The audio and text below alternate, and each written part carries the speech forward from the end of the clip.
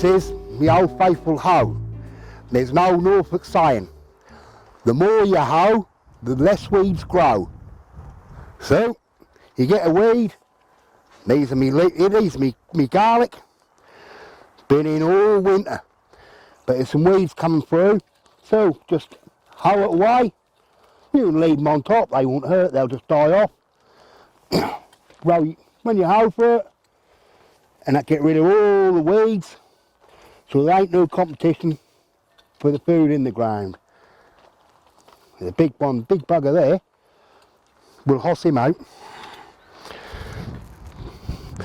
Sometimes you get a big bugger, you'll have to use your hand, give it a hoss out, pull it out. There you are, boy.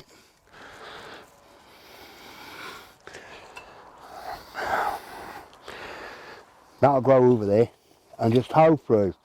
The more you hoe, the less weeds grow.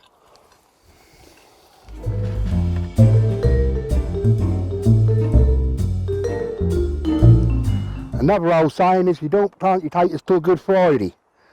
Mine are a bit late this year, but they're in.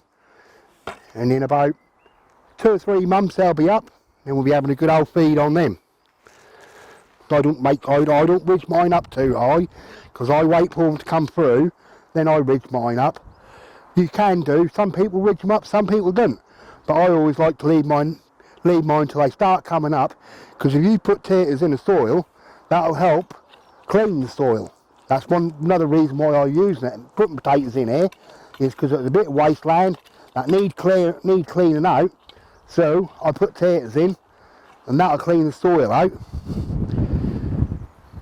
But we trenched it out, put a load of horse muck in it,